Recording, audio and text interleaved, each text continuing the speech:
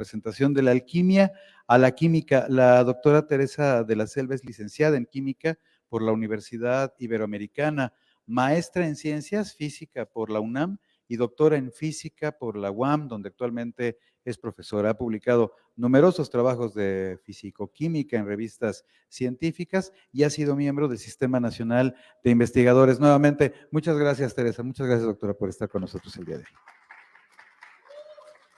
hoy. Muchas gracias, estimados oyentes, y muchas gracias al fondo que me invita. Gracias.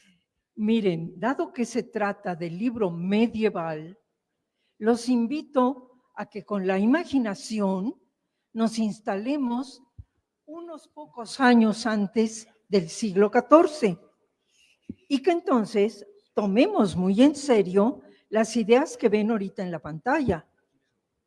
Había un secreto, el secreto de la piedra. Es que se creía que se podría convertir de alguna manera el plomo o el cobre o cualquier piedra en oro. ¿Se imaginan nada más qué ambición? La piedra era una revelación divina, o más bien era algo que se ganaba a pulso en el laboratorio por el adepto. Entonces se sentían ellos una secta, los alquimistas.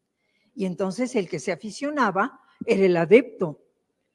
Y se lamentaban, ay, los templarios, al perecer los templarios, ellos han de haber tenido el secreto de la piedra, perecieron, ya los perdimos, ¿sí?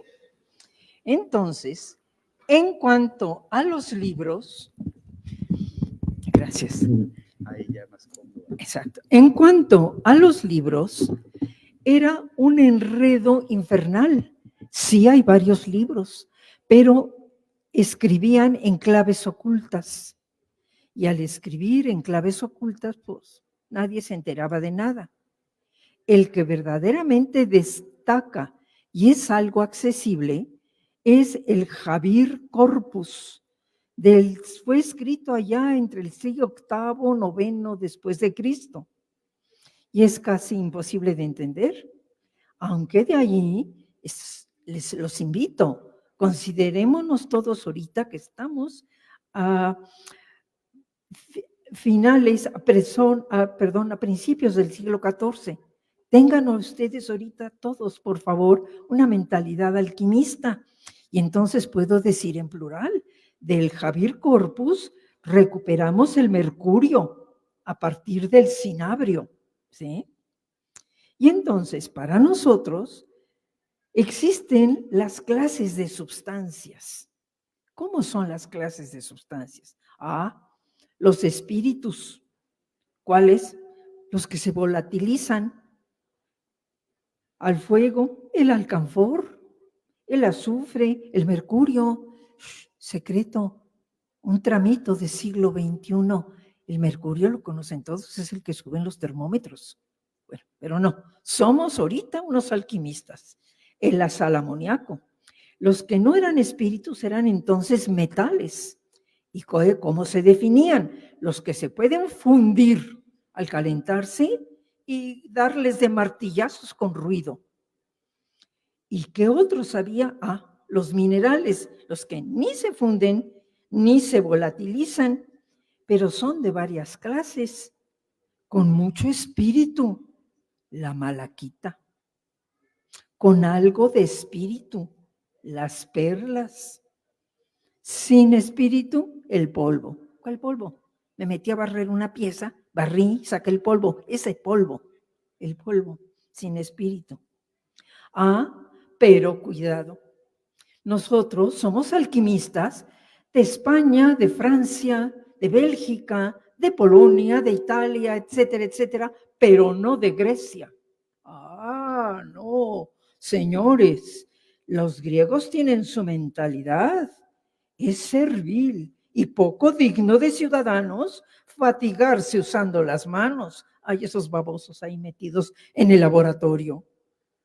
Los experimentos son propios de los esclavos. Por favor, el mundo El mundo, no puedo decir, estoy atorada por un misterio que no sé a qué se debe. El mundo, decían los griegos, es comprensible con la mente. Para eso tenemos la mente. Todo se puede entender. El mundo que nos rodea se puede entender simplemente usando la mente y sin necesidad de estar con todas esas faramayas de laboratorio. Bueno, esa era la posición de los griegos. Entonces ahora, como los he invitado a que nos sintamos alquimistas, vean ustedes cómo nos vamos a ver. Aquí tienen a un alquimista. Es una escultura de la Catedral de Notre Dame de París. Pero qué curioso, vean que está observando algo. Y vean que tiene el gorro frigio al revés, puesto para atrás. ¿Por qué? Pues porque como se tiene que asomar al horno, se tiene que asomar al matraz a ver qué está pasando allá adentro, pues no quiere que le tape y le estorbe. Entonces siéntanse ahorita todos ustedes como el alquimista, con su gorro puesto, ¿verdad? Y entonces, ya que estamos en esa mentalidad, veamos qué preguntas nos hacemos. ¿Cómo se llegó a la primera evidencia experimental de la existencia de los átomos? Los átomos. ¿Qué son? ¿Qué rayos son los elementos químicos? ¿Qué son? ¿Qué son? A ver, ustedes alquimistas con su gorro, enderécenselo, ¿sí? ¿Qué las moléculas? Si fragmento un trozo de materia cada vez y estoy dale y duro, ¿hasta dónde llego? Y ya no puedo más y ya lo hice polvito, ¿sí? Llegué a los átomos. Veamos la química antigua. Había una teoría atómica. Y fíjense, desde el siglo IV antes de Cristo. Nada menos que está el argumento de Demócrito. Y aquí un salto temporal. Einstein, cuando demostró el movimiento browniano, se basó en lo dicho por Demócrito. Bueno, volvemos a colocarnos nuestro gorro y regresamos a Demócrito. Y decía, el movimiento incesante de las partículas de polvo en el rayo de luz que se filtra de una rendija a un cuarto oscuro, está el cuarto oscuro y hay una rendija, y vemos las partículas de polvo agitándose. El movimiento incesante de las partículas se origina por los impactos desordenados de los átomos que no se alcanzan a ver, pero que están en movimiento perpetuo. ¡Qué genio! Demócrito. Bueno, pero ¿de qué están hechos esas partículas, átomos, que son las que no vemos, que están golpeando a las que vemos moverse? De una misma materia, sustancia primordial, y solo difieren en la forma que tienen, o solo de las 4 clases de materia que hay, los elementos, solo 4. Las sustancias, ay Dios, difieren unas de otras por la proporción en que entran los 4 elementos, o tienen sus propios átomos, o qué rayos está pasando.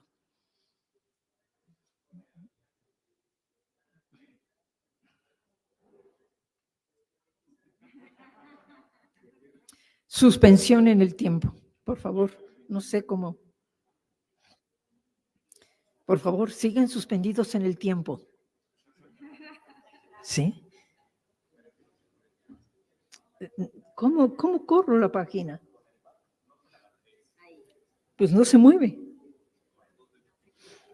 En esta plática, pues, lo siento mucho, jóvenes, pero pues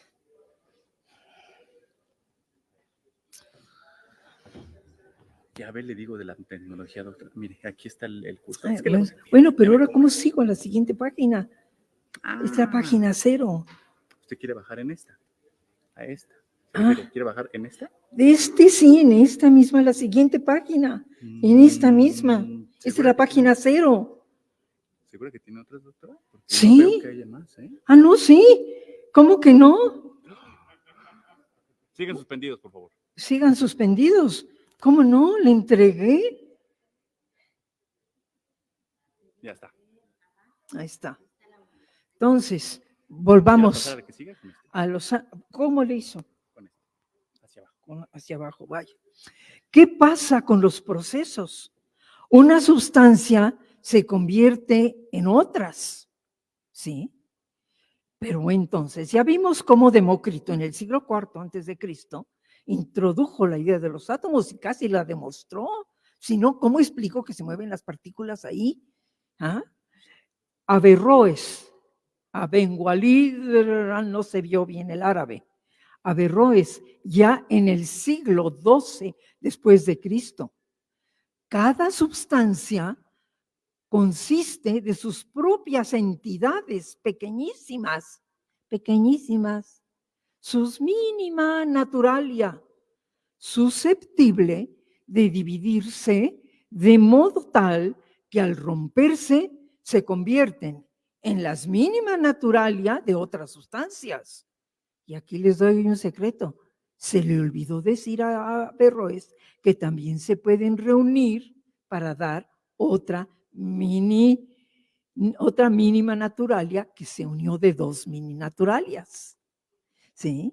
¿Qué nombre moderno? ¿Cómo puedo traducir de esa revoltura de griego y latín de las palabras mínima naturalia? Moléculas. Son las moléculas. Sí, muy bien, lindo rollo, pero ¿cómo comprobarlo?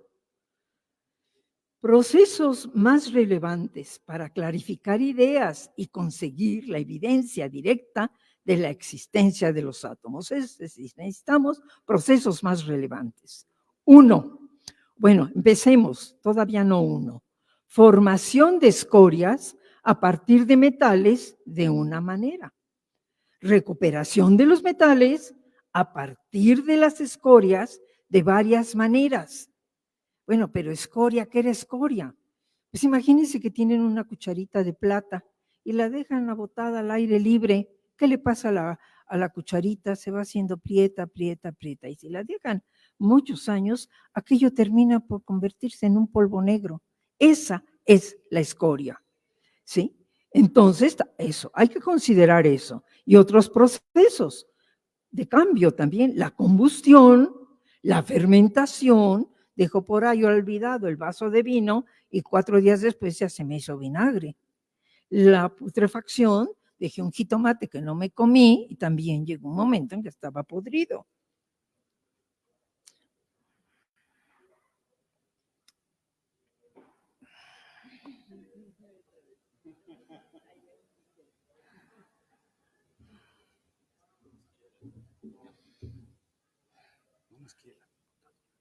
Pues por favor no te muevas de aquí. Sí, mejor.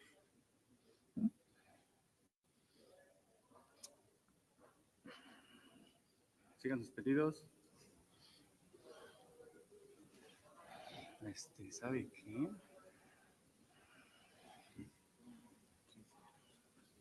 Uh-huh. Resulta que lo que estábamos considerando con esa mentalidad que tenemos todavía de alquimistas con nuestro gorro puesto, vemos la formación de escorias. Y entonces tenemos el caso 1, tenemos cobre, fierro, zinc, antimonio, mercurio. Son todos metales maleables, es decir, manejables, brillantes. Se convierten en polvos opacos. Y entonces pensamos, los metales de lindos pasaron a re feos. Los metales perdieron algo. Los metales perdieron algo. Pero también tengo la manera de recuperar los metales a partir de las escorias. Resulta que esos polvuchos opacos los puedo revolver con carbón, calentar y recupero los metales. Y entonces tengo una escoria de mercurio que nada más con calentarla me da el mercurio líquido y un gas agradabilísimo. Y tengo la escoria, otra, del mercurio que tengo que meterle aire y me vuelve a dar el metal, pero ahora un gas muy apestoso, pestilente, ¿sí? Entonces, piensas, las escorias ganaron algo. Fíjense, los mensajes son, los metales perdieron algo y las escorias ganaron algo. Y ahora viene la comparación de esto con la combustión. Por ejemplo, ¿qué sufre la combustión? Carbón, leña, hierba, cuero, alcohol, el suéter, ¿verdad? Con aire y fuego, ¿qué pasa con ellos? Se hacen cenizas, escorias, ¿no?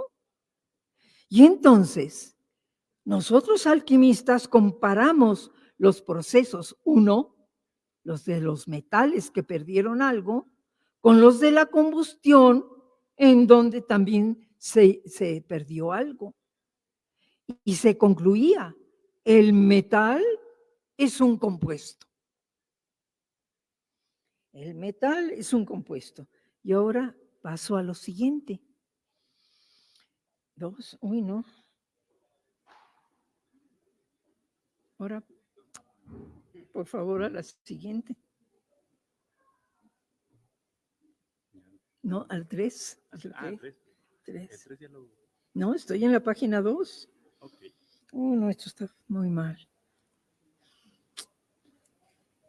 No está. ¿No?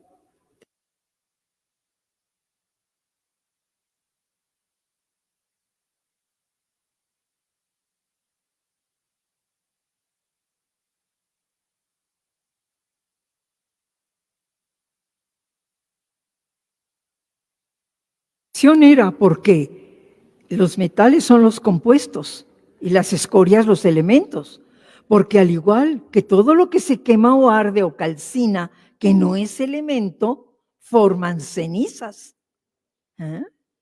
Además, porque se obtiene de la escoria con calor, ¿sí? Así que se suponía que el calor es substancia. Fíjense, era una substancia misteriosa y que pudiera estar también en el carbón. Y no puedo regresar por las limitaciones de esto para regresarles la página anterior. Las escorias son los elementos porque ya no se les puede extraer nada más. Hagamos una síntesis de los prejuicios. La manera de obtener los elementos es por destrucción con fuego. Y los metales son compuestos porque se recuperan añadiendo carbón y calor a la escoria. Y en el caso de algunas escorias, solo con calor. Los gases desprendidos, ahí no le hagas caso a los gases. Supuestos razonables, pero sin comprobar. ¿Qué supuestos tenemos en la cabeza? Seguimos con el gorro alquímico en la cabeza. La naturaleza del aire. Existe un solo aire, el aire. No me vengan con cuentos, el aire. Naturaleza del calor, ¿es una sustancia? ¿Está contenido en lo que arde? Sí, y lo llamamos flogisto. ¿Pudiera ser el fuego mismo? Sí, muy bien.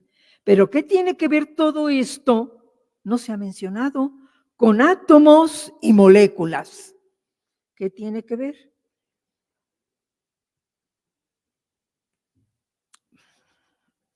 La que sigue. La 4. ¿No? Marca. Entra en escena Roberto Boyle. Ya estamos en la frontera del medievo. Los experimentos, declara, los experimentos son la base de toda teoría. Deben ser explicados sin ocultamientos y ser repetibles por cualquiera.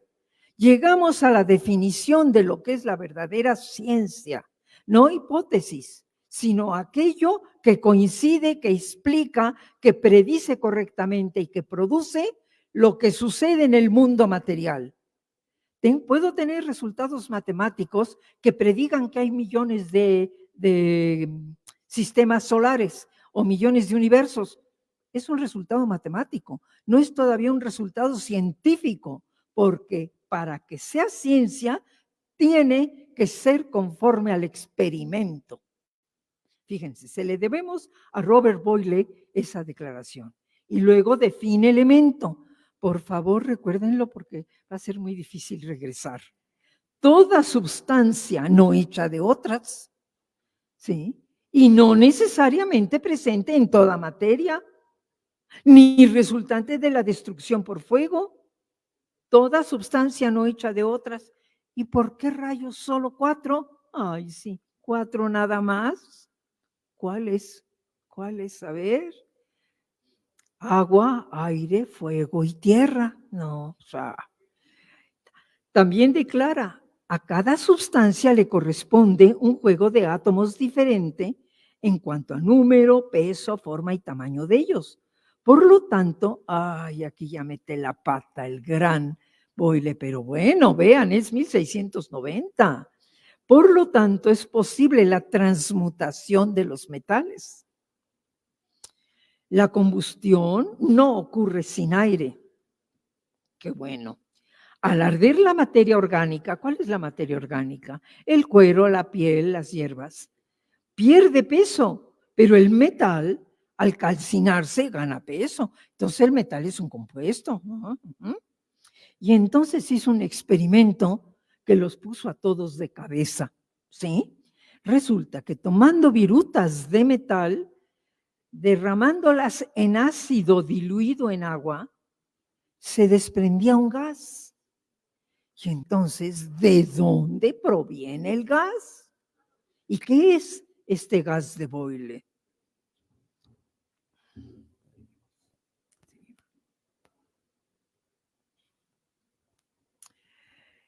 Entra en escena Shelley.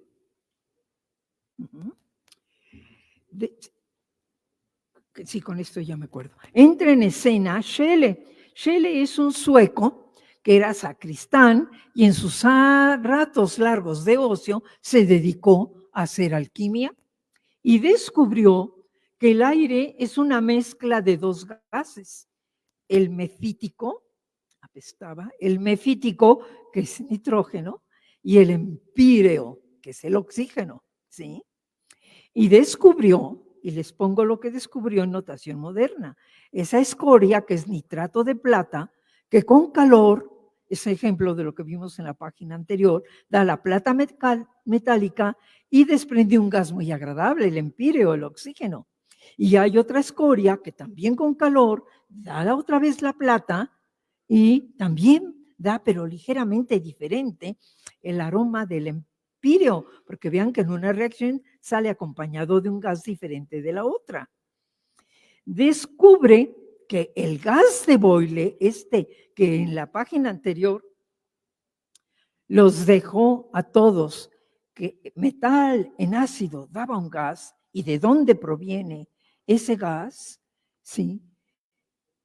Concluyó que el gas de Boyle era el flogisto, y aquí está la razón de lo que pasaba. Y entonces, por favor, la siguiente.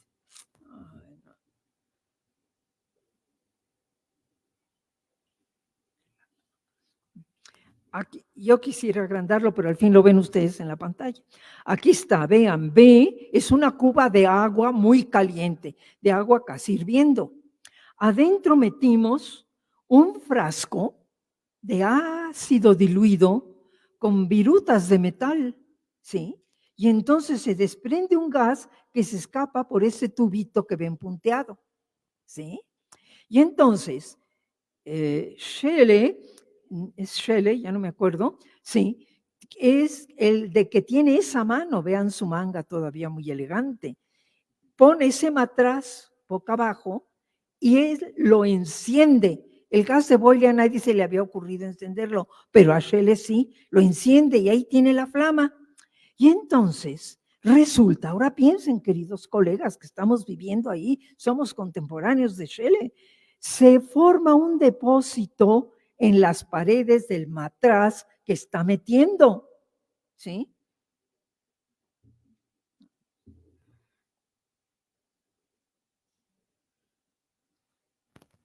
¿Sí? Y entonces entra en escena Lavoisier. Este es un año que no olviden por lo menos durante la duración de la plática, 1777. Todas estas informaciones le llegaban a Francia, porque en Francia se producían muchas materias primas y de distintos países, y especialmente de Inglaterra y Suecia, venían a comprar. Y entonces se enteraba Lavoisier de lo que pasaba. Y entonces presentó y razonó lo siguiente: si muchas sustancias con calor se evaporan y al mezclarse con el aire ya no las noto, ¿cómo saber que lo que se supone el elemento aire no es una mezcla? Pues, ¿verdad? Porque según dice Shelley y Priestley, bueno, entonces es una mezcla de aire. Luego también afirma, si hay gases que salen de sustancias sólidas, como encontraron Shelley Priestley y Joseph Black y otros que no mencioné, debí de haber mencionado, eso no lo dijo Lavoisier, lo digo yo, y se recupera el metal, ¿sí?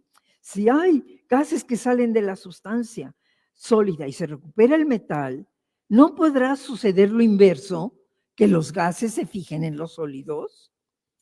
A favor de esto está el hecho. Prepárense, estimados amigos, está el hecho. La masa de la escoria es mayor que la masa del metal. Por lo tanto, hay que controlar la masa, realizando las reacciones en recipiente cerrado para que el gas no escape. Y entonces se encuentra que la masa total de reactivos de lo que juntó es igual a la masa total de los productos de lo que resultaron transformados. La masa se conserva en las reacciones químicas. Entonces, esta es una de las primeras leyes de la física clásica que se descubre.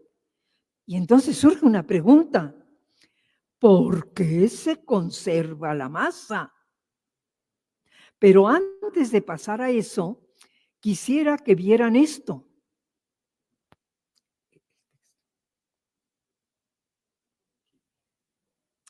Vean esto, en español. Tratado elemental de química, dispuesto en un orden nuevo según los descubrimientos modernos. Escrito en francés por Monsieur Lavoisier y traducido al castellano para el uso del Real Seminario de Minería de México. Tomo primero, con superior permiso, México, por don Mariano de Zúñiga y Ontiveros, año de 1797. En México se editó la primera traducción del Tratado de Química de Lavoisier. ¿Qué les parece? Por eso quería que se fijaran en 1777. 1797. Y entonces me quiero regresar a colecta. Vamos. ¿Sí? No, ahora la siguiente página, la siguiente página de colecta. Vamos, pues. No, 7, hay que ir a la página 6, ¿no? ¿A la página 6? Ah, no, es la 7, creo que la 7, sí. Entonces, el 5 de septiembre de 1777, presenta ante la Academia Francesa de Ciencias la memoria donde afirma, respaldado por cuidadosos experimentos, el aire es mezcla de dos fluidos, claro, con ayuda de Shelley, oxígeno y nitrógeno. Las escorias, ándale, estamos ante el derrumbe de nuestras ideas alquímicas. Quitémonos ya el gorro, todos ya nos quitamos el gorro, sí, ya nos quitamos el gorro. Las escorias son los óxidos de los metales.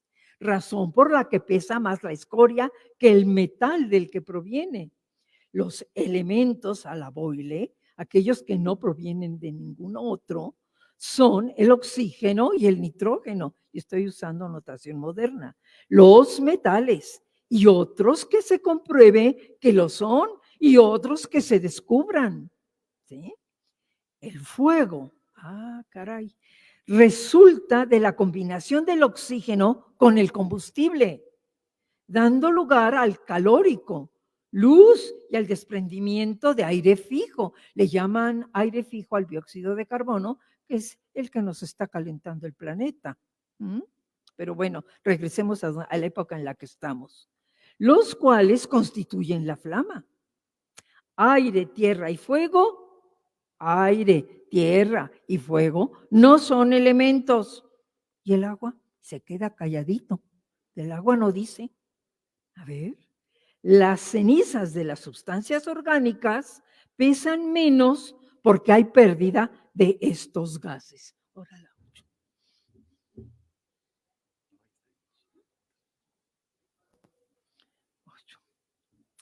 Objeción, clamaron los alquimistas. Ay, sí, cómo no, ese Monsieur Lavoisier que se cree. Sí, sucede que la escoria con ácido diluido, y una palabra esencial, diluido. ¿Qué quiere decir diluido?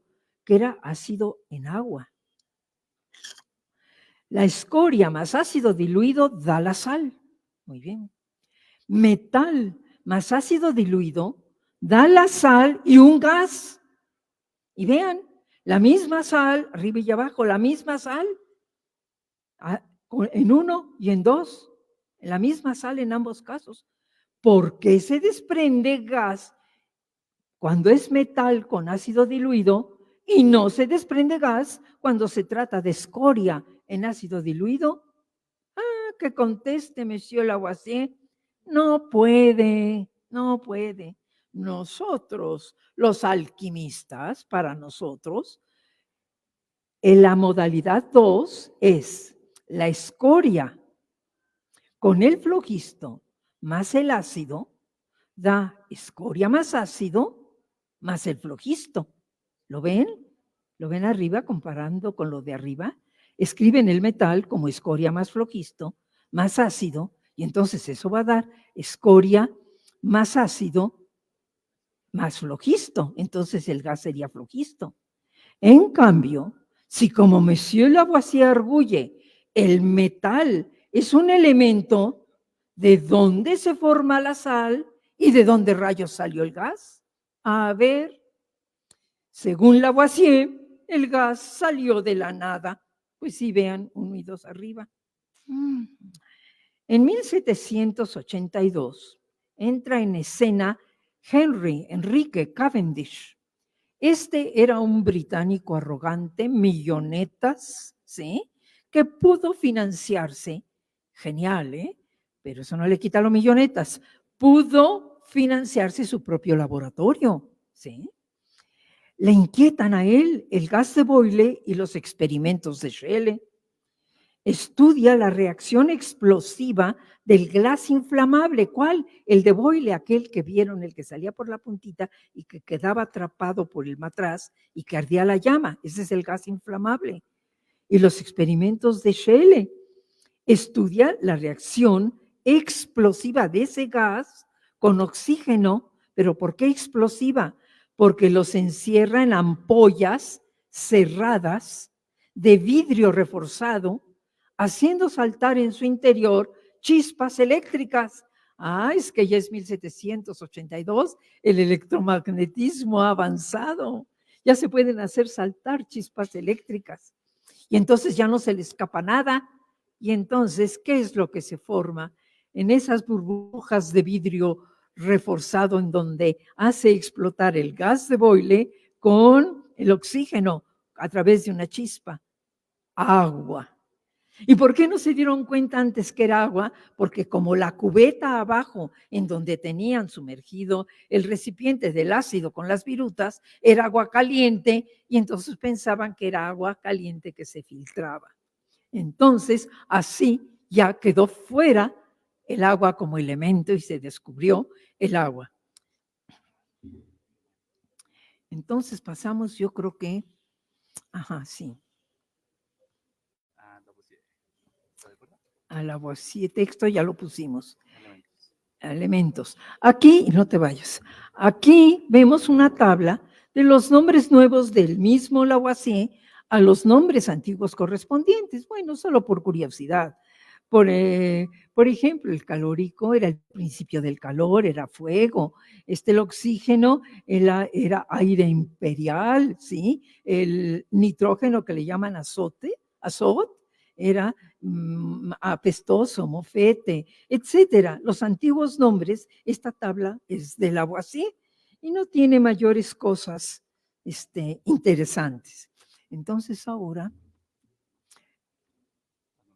vamos, estábamos en la 7, ¿no? O en la 8, ya no me acuerdo. En colecta. A colecta, sí. Entonces a la 9. Se entera Lavoisier de lo que hizo Cavendish, ¿sí? Transcurre un año y les contesta a los alquimistas. La reacción del metal más ácido ocurre de la siguiente manera. Es que estos tontos de los alquimistas se les olvidó que era ácido diluido. Vean, había agua. Metal más agua, que es hidrógeno más oxígeno, da lugar a la escoria y desprende el hidrógeno. Y la escoria con el ácido puro, sí, es el que ya da la sal. Ya les da la explicación. El gas ese que se escapaba era el hidrógeno y viene del agua en la que estaba diluido el ácido, cosa que les pasó de noche a los alquimistas. El gas de Boyle proviene del agua, es el hidrógeno. De ahí se llama hidrógeno, generador de agua, hidrógeno, ¿sí? Y confirma, el agua no es un elemento y lo demuestra descomponiendo el agua en sus elementos. Hizo pasar, ¿y cómo lo demostró? Hizo pasar vapor de agua sobre limaduras de fierro rojo, ¿sí? En el interior de un tubo. Las limaduras, al siguiente, hidrógeno, 7. Las limaduras, ahí está, en un tubo muy largo puso limaduras de fierro y entonces hizo pasar el vapor de agua por el tubo. Las limaduras se pusieron rojas de óxido de hierro, porque ahí del agua, y salió burbujeando alegremente el hidrógeno. Bueno, continuemos. La colecta. Vamos de vuelta a colecta. No, ahí. Bueno, sí, limaduras de hierro. El gas de Boyle no es el flogisto. Ha nacido la química y su fecha de nacimiento es 1784. Aceptadas la conservación de la masa y la definición de Boyle de elemento químico, se descubren nuevos elementos y se capta que cada compuesto químico diferente es una combinación diferente de algunos elementos en distintas proporciones. ¿Implica esto que existan partículas, ya sea los átomos de Demócrito o las moléculas de Averroes? Entonces vamos a la siguiente, de colecta. ¿Sí?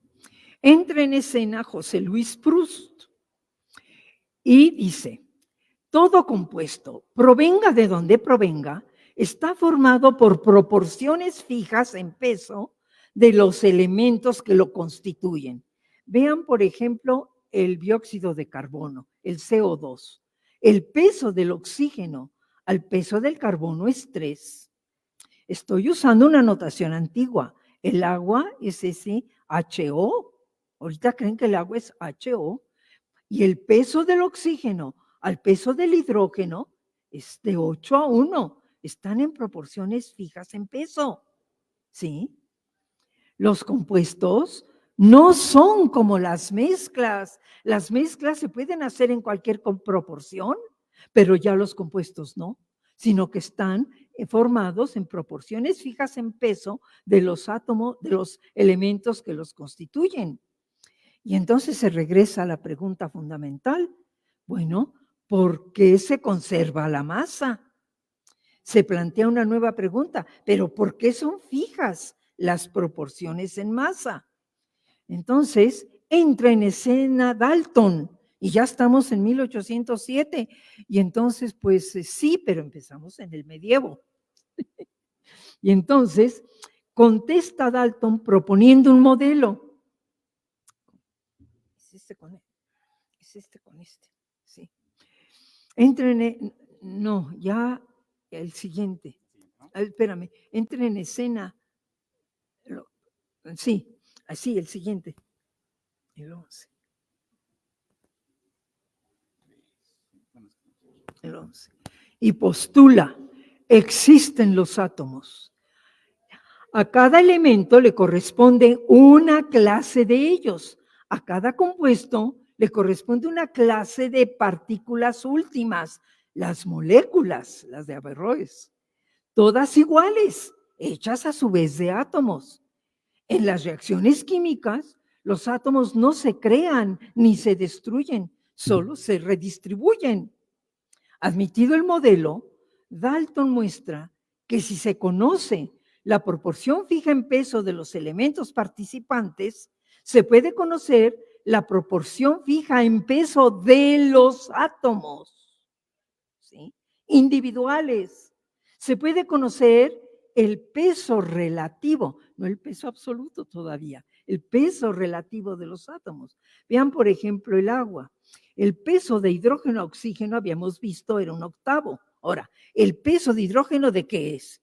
Pues del número de átomos de hidrógeno por el peso del átomo de hidrógeno. ¿Y qué es el peso de oxígeno? Es el número de átomos de oxígeno por el peso del átomo de oxígeno.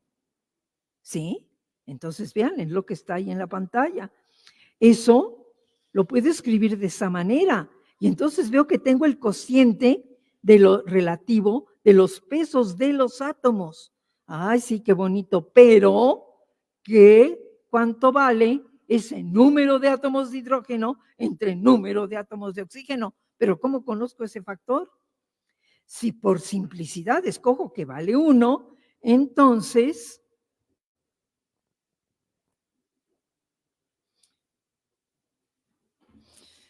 el átomo de oxígeno resultaba ser 8 veces más pesado que el de hidrógeno. Si escojo 2, no me vean a mí, vean allí, ese factor vale 2, entonces el átomo de oxígeno resulta ser 16 veces más pesado que el de hidrógeno. Y entonces surge la pregunta, ¿cuántos átomos de hidrógeno participan por uno de oxígeno en la molécula del agua? Es decir, habían hecho, sí, el agua está hecha de oxígeno y hidrógeno, no es un elemento, es un compuesto, está hecha de átomos, sus moléculas, pero ¿cuál es la composición de sus moléculas? ¿Cuál es la fórmula del agua? A falta de mayor información, Dalton propuso su regla de la mayor simplicidad. ¿Cuál? A ver. Cuando un compuesto en una combinación de solo 2 elementos, la molécula deberá suponerse binaria. Entonces aquí nada más era una combinación de 2 elementos, hidrógeno y oxígeno, entonces binaria. Entonces, cuando un compuesto es una combinación de solo 2 elementos, la molécula deberá suponerse binaria. Esta regla se demostró más tarde que es errónea. El agua, sin ir más lejos, sabemos ahora que es ternaria. Vean, hay 2 átomos de hidrógeno y 1 de oxígeno. Entonces, ¿qué? ¿El modelo de Dalton a la goma? Antes de contestar, veamos qué más dijo Dalton. Enunció la ley de las proporciones múltiples.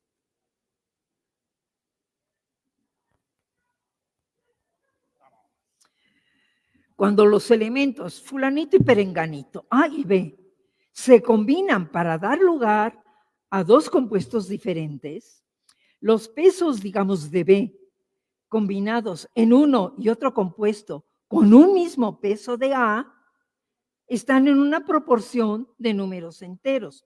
Por ejemplo, vean el óxido de cobre negro, CuO, no Cu de Ciudad Nueva, Cu de cobre, CuO negro el peso de cobre al peso de oxígeno es 100:25 y el peso de cobre al peso de oxígeno en el óxido de cobre rojo es 100:12,5, perdón, dije 125 a 12,5.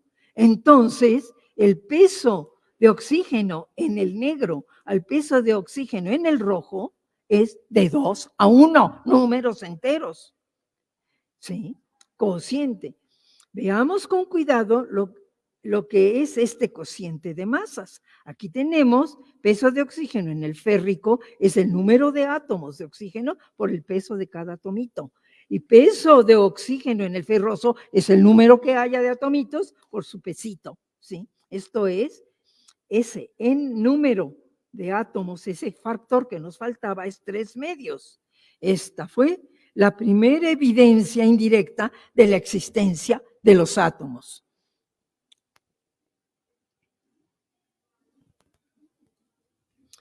Esta relación de números enteros, llamada ley de las proporciones múltiples de Dalton, se cumple porque los átomos existen y no se fragmentan en las reacciones químicas, como chícharos por vaina. Imagínense que en el mercado encontramos unos vainas que tienen adentro 5 chicharitos y encontramos vainas que tienen adentro 7 chicharitos. Entonces la proporción de unos a otros es de 5:7, igualito como chícharos por vainas, ¿sí? Recordemos, se está describiendo la fórmula del agua HO. ¿Por qué escribimos ahora H2O? En este momento tenemos oficialmente en la cabeza los átomos de los elementos se asocian para formar las moléculas de los compuestos. Entra en esencia Luis José Gay-Lussac, de 1800. Se pone a experimentar con reacciones químicas en gases, mide volúmenes y encuentra, y dice, bueno, el primero es casi 2, el segundo es casi 1, el otro son 2, ¿sí? Y Dalton interpreta, en los volúmenes de hidrógeno hay el mismo número de átomos que en el volumen de oxígeno. El tamaño de los átomos sí importa. Hay el mismo número, pero está en un volumenzote, ¿sí?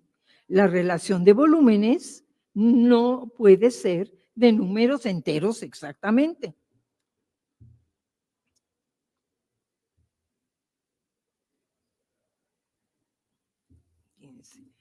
Los que afirman que a misma presión y temperatura, volúmenes iguales contienen igual número de partículas por ser tan pequeños, ¿cómo explican de dónde salió el segundo oxígeno? Bueno, entra en escena Amadeo Avogadro. Este era un abogado que trabajaba para el Vaticano, pero en sus ratos libres se dedicaba a ver qué hacían los científicos y propuso lo siguiente. Es el modelo y es el modelo triunfante. Si ustedes se meten a Google y ponen número de Avogadro, encontrarán el número de Avogadro. ¿Sí? El tamaño de las partículas es despreciable. De acuerdo con Demócrito, Bernoulli y Gay-Lussac, volúmenes iguales contienen igual número de ellas. Los volúmenes están en relación de números enteros. Bueno, pero entonces, pues todo lo que acabamos de ver, ¿qué? Las partículas últimas de los elementos no es necesario que sean de un solo átomo. Pueden ser moléculas de 2 átomos iguales.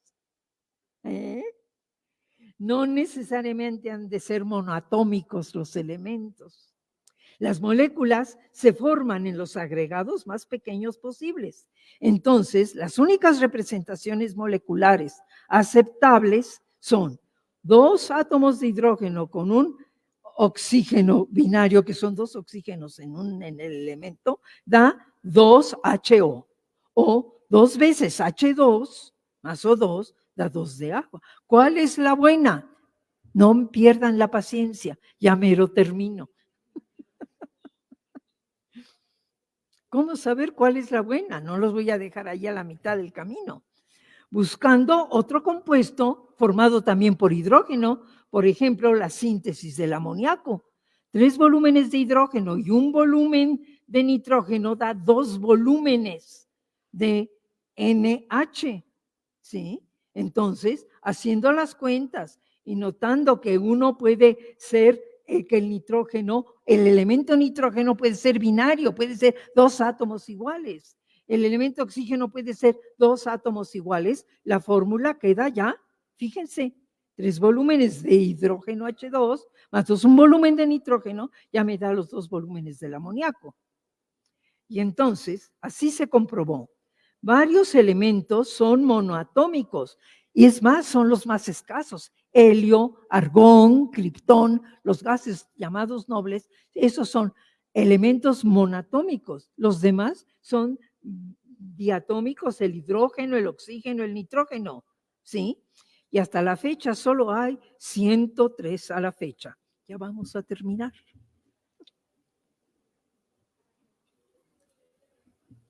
Ha nacido ya la química, muchachos. La masa se conserva en las reacciones químicas. La evidencia indirecta de la existencia de los átomos es la que está dada por la ley de las proporciones múltiples de Dalton.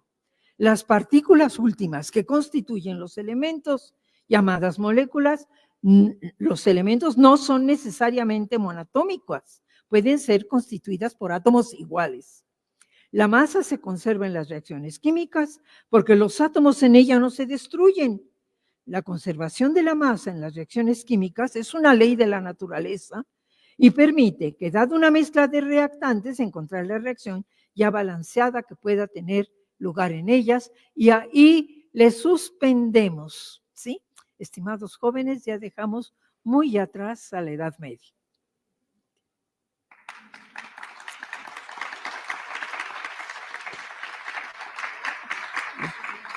¿Se valen preguntas?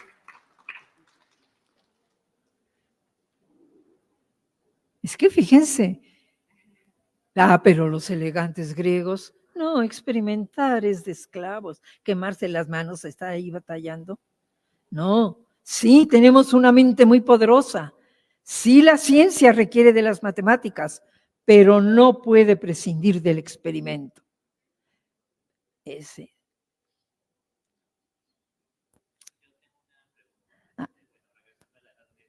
Sí, dime.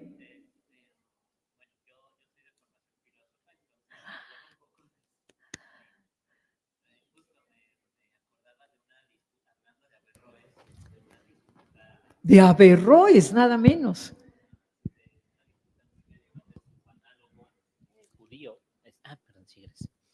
De su análogo, judío Maimónides, ¿no? El gran Maimónides, sí. Donde justo se pone a discutir este tema de la existencia del átomo, pero desde una perspectiva teológica. O sea, justo en esta cosa de, claro, bueno, el argumento es a grandes rasgos, ¿no? De la creación. Sí, exacto, ¿no? Claro, en una teología musulmana hacían sentido los átomos porque Dios creaba los átomos constantemente. Sí, bueno, eso sí, a nosotros nos interesa el funcionamiento de la naturaleza. El otro asunto muy lógico es que hay un creador. ¿Por qué? Porque hubo un Big Bang. De repente, de la nada, ¿hace cuántos ustedes deben de saberlo mejor? Yo ya estoy muy viejita y se me olvidó. Millones de años, miles de millones de años. ¿Sí? Fue un hágase. Sí, que en la Biblia dice, unos días, bueno, es una parábola. No le iba el Señor a zampar al pobrecito de Abraham la relatividad general de Einstein, ¿verdad? Pues no. Sí, esa es la cosa. Sí. Ya eso ya quedó atrás. La ciencia tiene que estar relacionada con la realidad medible y observable. Sí. El asunto teológico es otro. Sí, bueno, mi pregunta un poquito iba en el sentido de, o sea, justo había una disputa entre esta cosa, no puede haber átomos porque eso de alguna manera se contrapone a la idea de creación, pero justo en esta época donde esto ya se hablaba, ¿no? Pero digamos, estaba el otro saber más institucional, es muy interesante, ¿no? Eso porque todavía no se definían campos. Sin embargo, muchos laboratorios estaban en los monasterios, ¿sí? Y los libros se escribían, no había imprenta, y los libros se almacenaban en los monasterios. ¿Sí? Perdón, y justo, mi pregunta es ahora sí, pues, ¿cómo, digamos, cómo se daba ese conflicto entre Pues, saberes y eso cómo, si afectó de alguna manera en el desarrollo posterior de la química o en su valoración como ciencia? yo ¿no? creo que por una curiosidad que tenemos, por una cualidad que tenemos todos los seres humanos, la curiosidad, porque empezó, ya no puedo abrir y regresar acá, empezaron a observar y a decir. Hay un libro por ahí que se llama De la alquimia a la química, y justamente comienza con que un muchacho joven, monje, le discute al superior, y el superior, mira, ya déjate, no, es que yo quiero comprobar. Empezó a surgir en la humanidad, al menos en la humanidad occidental, la necesidad de comprobar. ¿Sí? ¿Sí? Y entonces la Biblia no es un libro de ciencia, es una parábola de revelación que está adecuada en la infinita misericordia de Dios a las épocas, a Abraham, luego a los alquimistas, ahora nosotros que somos salsísimas, ¿no? Ya nos sentimos muy científicos y así seguiremos avanzando y se dividen los campos de conocimiento. ¿Te satisface la respuesta? Es que estás en la antigüedad Sí. y ahora ya no es así. Sí. No, es que mi pregunta era justo, o sea, porque pienso en otros filósofos que no hablan de estas cosas, hablan de la física, por ejemplo, ¿no? Que fue, y justo como que siento, no sé si la química se quedó ahí como justo como esta ciencia ahí como medio relegado y Un por este poquito sesgo relegada histórico. porque Newton surgió antes, sí. Un poquito relegada porque estaba rodeada de misterio y de secreto. Nadie quería que el otro supiera qué había hecho el otro y bueno, ya sabrás. ¿Alguna otra pregunta? A ver, señor, encantada de que me pregunten. Felicitaciones, muchas gracias por su conocimiento. Hay un campo muy ligado a la química, que es la producción de bebidas alcohólicas. Claro. ¿Qué pasó en la época medieval con estos dos campos? ¿Hay alguna idea de qué Bueno, pasó? en el medievo ya sabían cómo fermentar el jugo de la uva y cómo obtener el coñac. Eso viene desde la antigüedad griega, ya desde los tiempos antes de Cristo, siglo V antes de Cristo, ya de las épocas de Sócrates, ya se bebía vino. Sí, sí, todo eso se desarrolló sobre todo en Europa. Cosa curiosa, que no sabemos de África. Y aquí en México, pues se fermentó el pulque, pero ya en unas épocas mucho más modernas. Sí, sí, ya era un conocimiento heredado muy antiguo, la fermentación del jugo de las uvas y la extracción del alcohol, ¿no? Sí, toda esa manipulación experimental ya la conocían y toda esa es la que contribuyó a poder crear la química moderna. Muchas gracias. ¿Alguien más me quiere decir algo?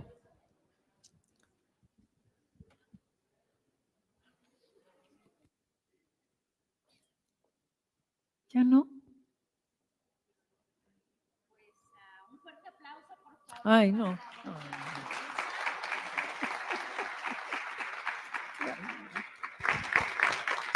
De verdad, muchísimas gracias, doctora. A ustedes por su paciencia. Ella pues es una gran divulgadora de la ciencia que forma parte del catálogo del Fondo de Cultura Económica. Tenemos su libro que es de la alquimia a la química, así que quienes quieran, pues aquí está la doctora también, en una de esas pues se las firma, ¿no? Muchísimas gracias, doctora, por estar en el Festival del Libro Medieval, muchísimas gracias de verdad. Y bueno, llamamos a nuestros amigos de Planeta para ver qué sorpresa nos tienen aquí con activación de Tolkien y pues que nos expliquen cómo va a ser la dinámica.